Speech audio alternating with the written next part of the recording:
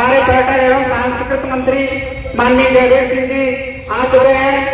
मैं आदरणीय डीसीबी के चेयरमैन साहब से अनुरोध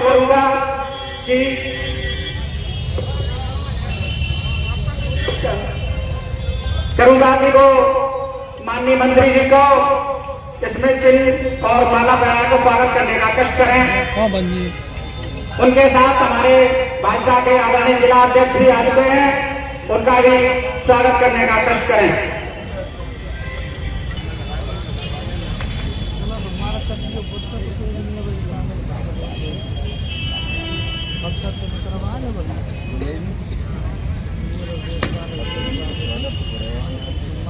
मैं आदरणीय अशोक सिंह जी चौहान पूर्व विधायक जी से सादर अनुरोध कर रहा हूं, तो कृपया मंच पर आए।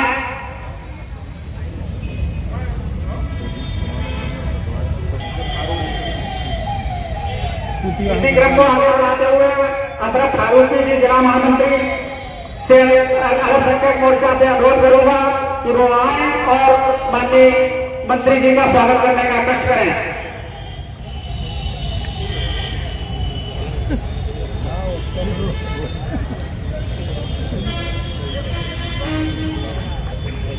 कष्ट करें।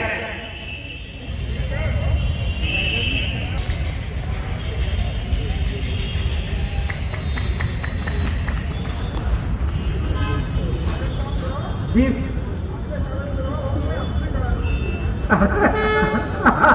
आप इसी क्रम को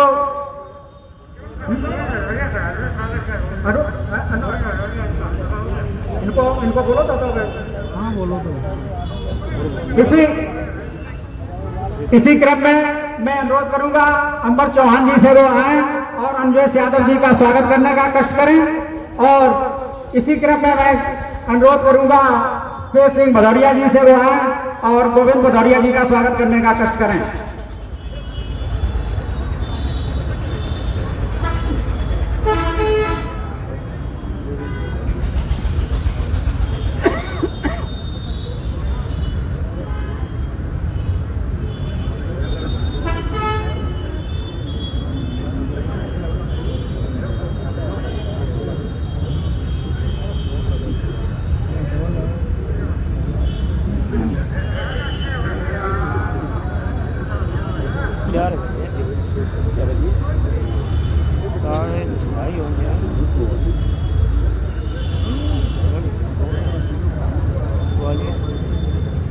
नहीं सर, बढ़िया होगा।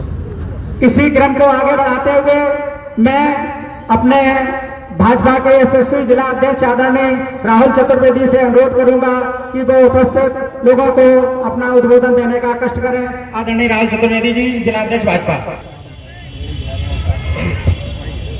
आज की इस 45वीं वार्षिक सामान्य निकाय बैठक में उपस्थित भारतीय जनता पार्टी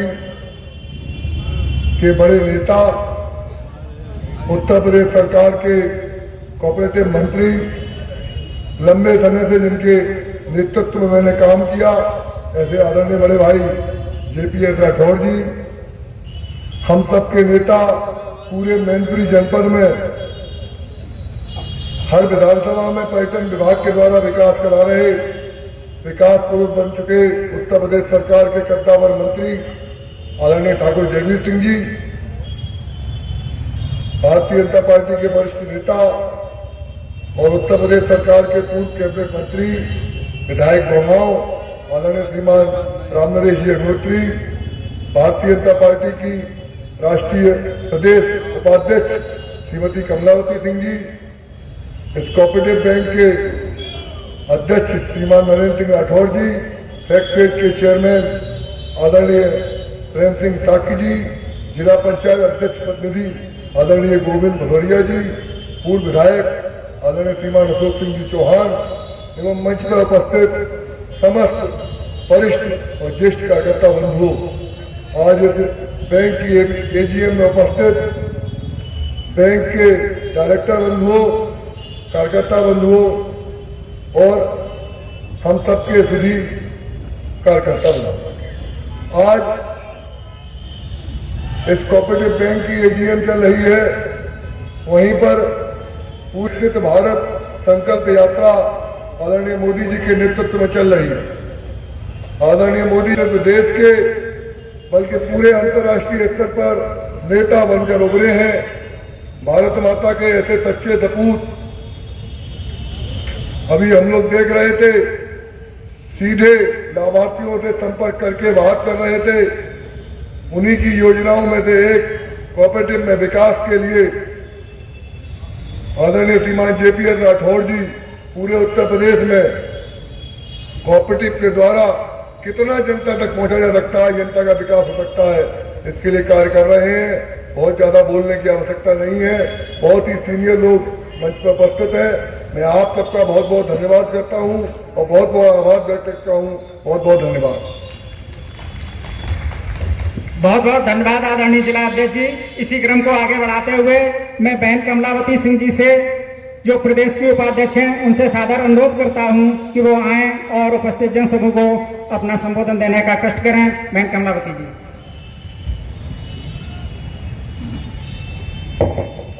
भारत माता की, भारत माता की वंदे वंदे। आज 50वीं वार्षिक सामान्य निकाय की बैठक में आए हुए सभी हमारे संचालक, डायरेक्टर और मंच पे उपस्थित हमारे तो जो 26 ब्रांच घाटे में चल रही थी उसमें सुधार करके 27 में से 20 को प्रॉफिट में ले आए। केवल 7 ब्रांचेस जो है घाटे में रह गई। मैंने आने के बाद 27 के साथ 13 और नई ब्रांच खोली। अब प्रदेश में उत्तर प्रदेश कोऑपरेटिव बैंक की 40 शाखाएं हो गई हैं। और आपको बताते हुए मुझे प्रसन्नता हो रही, हर्ष हो रहा है कि आज उत्तर प्रदेश कोऑपरेटिव बैंक की सभी 40 की 40 शाखाएं प्रॉफिट में, कोई एक भी शाखा घाटे नहीं। जब हमने इस सहकारिता विभाग की जिम्मेदारी संभाली, उस समय जिले प्रदेश की 50 जिला सहकारी बैंक ऐसी थी, उसमें से 16 जिला सहकारी बैंक पूरी तरीके से भयंकर एनपीए और पूरी तरीके से जो नाबार्ड है, आरबीआई है, उसके नियमों का पालन नहीं कर पा रहे थे। उसके कारण 16 जिला सहकारी बैंकों पर आरबीआई ने ताला लटकाने की योजना बना दी। पूरा नोटिस और आज बंद होगी कि कल बंद होगी, पूरा बंद होने की कगार पे।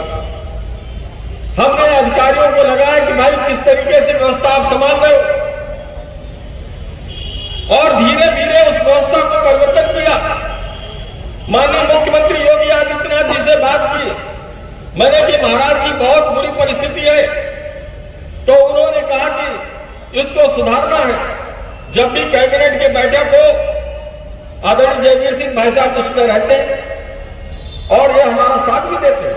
कोऑपरेटिव की भी जानकारी है, वहां कोई मेरा साथ नहीं देता है, केवल जयवीर सिंह भाई साहब कैबिनेट मेरा साथ देते हैं। मैं उनको धन्यवाद देता हूं कि वहां पर एक कोऑपरेटिव की वजह से साथ देते हैं। तो महाराज जी कहते थे कि 16 जिला सहकारी बैंक को पैसा नहीं दिया जा रहा है, लगभग 20-21 लाख खातेदार है, किसान है, पूरे प्रदेश में मारे मारे घूम रहे, उनकी कुछ व्यवस्था करिए। हमने वो सब व्यवस्था प्रदेश सरकार, केंद्र सरकार से करके और सितंबर 2022 तक यानी सरकार के गठन के 5-6 महीने में सब व्यवस्था सही की। माननीय मुख्यमंत्री जी ने जब दूसरी बार कैबिनेट में कहा कि मैंने कहा कि महाराज जी मैं इसको ठीक कर रहा हूं। तीसरी बार जब उनके आवास पर मिलने गया तो कहा कि वो 16 जिला सहकारी बैंकों क्या हो रहा है। मैंने कहा महाराज जी आप 3 बार मुझको ये बात कह चुके, 2 बार कैबिनेट में और तीसरी बार आज यहां पर कह रहे हो। महाराज जी मैंने सब व्यवस्था कर ली, अब चौथी बार आपको नहीं कहना पड़ेगा। सभी 20 लाख खातेदारों का पैसा हम समय पर देंगे। जो भी खातेदार बैंक में आएगा वो वापस नहीं जाएगा। अगर उसका 2 लाख जमा है, 10 लाख जमा है, 20 लाख जमा है, उसको ऑन डिमांड पैसा दिया जाएगा। उसकी पूरी मुकम्मल व्यवस्था हो गई है। वही अधिकारी हैं, वही कर्मचारी हैं। इनामुर रहमान जी हैं, यहाँ पर काम कर रहे हैं, तमाम और भी अधिकारी कर्मचारी हैं, लोग कहीं दूसरी जगह भी काम करते रहते हैं। उन्हीं अधिकारियों ने, कर्मचारियों ने काम करते हुए, जिसमें जो डूबी हुई बैंकें थी, हरदोई, सीतापुर, सुल्तानपुर, जौनपुर, देवरिया, बस्ती, सिद्धार्थनगर, फतेहपुर और साथ ही साथ माननीय मुख्यमंत्री जी के जिले की बैंक गोरखपुर, माननीय प्रधानमंत्री जी के जिले की बैंक वाराणसी, ये सब डूबी हुई स्थिति में थी। वहां पर बहुत शिकायतें थी कि पैसा नहीं दिया जा रहा है। हमने वो व्यवस्था करी और 1 अक्टूबर 2022 से कोई भी खातेदार जाता है तो उसको ऑन डिमांड वहां पर पैसा, जिसका जितना जरूरत होती है उसको पैसा मिलता है। उनमें कार्य सही से संचालित किया गया और उसका परिणाम यह हुआ कि जब 2023 मार्च में हमने बैलेंस शीट बनवाई तो 16 में से 11 बैंक प्रॉफिट में आ गए। एक अभूतपूर्व परिवर्तन हुआ और साथ ही साथ बाकी तो जिला सहकारी बैंक है, उनमें भी थोड़ी सी गति आई। अभी मैनपुरी की भी स्थिति थोड़ी सी बहुत बढ़िया नहीं है। नरेंद्र सिंह जी भाई साहब कहां हैं? इसमें थोड़ा सा मेहनत करने की आवश्यकता है, मैं 2-3 बार कह चुका हूं। और इनामुर रहमान जी कहां है? ये आपकी बैंक की स्थिति और बढ़िया बनानी है। जिस तरीके से इतनी शानदार आपकी बिल्डिंग है, पुराना जो है इतिहास है, तो इसको और अच्छी तरीके से करना है। और प्रदेश सरकार की ओर से, सहकारिता विभाग की ओर से जो भी सहयोग आप लोगों का अपेक्षित होगा, यहाँ किसान भाइयों के खातिर वो सहयोग हम सब दिलाने के लिए तत्पर है और माननीय मुख्यमंत्री से कराएंगे। जयवीर सिंह भाई साहब हमारा सहयोग करेंगे, तो इसलिए काम कराना आसान भी हो जाएगा। तो वहां जो भी जरूरतें होगी हम इस जिला सहकारी बैंक मैनपुरी के लिए वो करेंगे। मित्रों, जिस तरह से परिस्थितियां चल रही थी, आज उत्तर प्रदेश कोऑपरेटिव बैंक को यही सीजीएम थे चौहान साहब, इन्होंने ए ग्रेड में कर दी बैंक हमारी। पूरे देश में 33-34 राज्य की सहकारी बैंकें हैं, उसमें हमारी 9 बैंकों को ए ग्रेड में किया गया। उत्तर प्रदेश की कोऑपरेटिव बैंक यूपीसीबी को भी उसमें ए ग्रेड में वर्गीकृत कर दिया गया। तो हमने धीरे धीरे इस बैंकों को सुधारने का काम किया, लूट खसोट और भ्रष्टाचार को खत्म करने का काम किया, क्योंकि सहकारिता में सबसे पहली व्यवस्था यही है कि अगर भ्रष्टाचार हुआ तो सहकारिता खत्म। सहकारिता की पहली शर्त है कि पूरी ईमानदारी के साथ, पूरी निष्ठा के साथ, पूरी पारदर्शिता के साथ काम होना चाहिए। अगर उसमें भ्रष्टाचार किसी प्रकार से हुआ तो सहकारिता का विभाग तो चल नहीं सकता। तो उस व्यवस्था को हमने ठीक करने का काम किया। आज हमारी सभी संस्थाएं तेजी से साथ दौड़ रही हैं। आज एलडीबी एक और रूरल डेवलपमेंट बैंक है, 15-20 साल से साहब घाटे में चली आ रही थी, लेकिन हमने उसकी व्यवस्थाओं को सही किया। पिछले 1 साल में वही एलडीबी लगभग 100 करोड़ के प्रॉफिट पाई है और वही कर्मचारी, वही अधिकारी, उन्हीं लोगों ने मेहनत करके उसको प्रॉफिट में लाने का काम किया। अब धीरे धीरे कई और चीजें हो रही हैं। माननीय अमित शाह जी जो केंद्रीय सहकारिता मंत्री हैं, उन्होंने एक योजना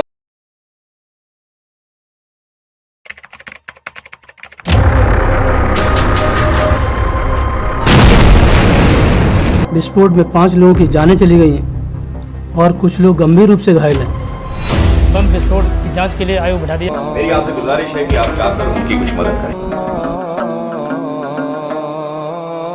हम मिशन कश्मीर को हर हाल में फतेह करके रहेंगे, चाहे हमें कितनी भी कुर्बानी क्यों न देनी पड़े। अब क्या है भाई, पर देखिए हिंदू मुस्लिम राइट्स, दंगे, फसाद, तबाही, कोहराम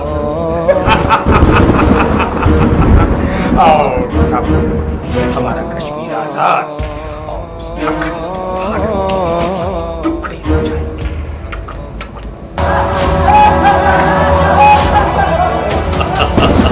हमने तो यहाँ तक कर दिया है कि हर घर से मुसलमान बच्चों को पकड़ पकड़ कर जिहाद की तालीम दिलवा रहे हैं। हाँ? और जो ना करता है हम उसे खत्म कर देंगे। कल ही सूचना मिली है कि सूचना तंत्र के एक अधिकारी का गेम बजा दिया गया है।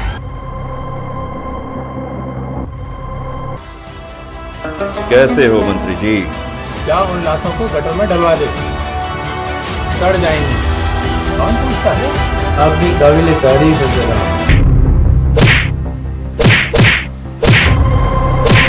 जितने भी जिहादियों को तूने पकड़ा है वो तेरे लिए आतंकवादी होंगे, लेकिन मेरे लिए वो अल्लाह ताला के नेक बंदे हैं।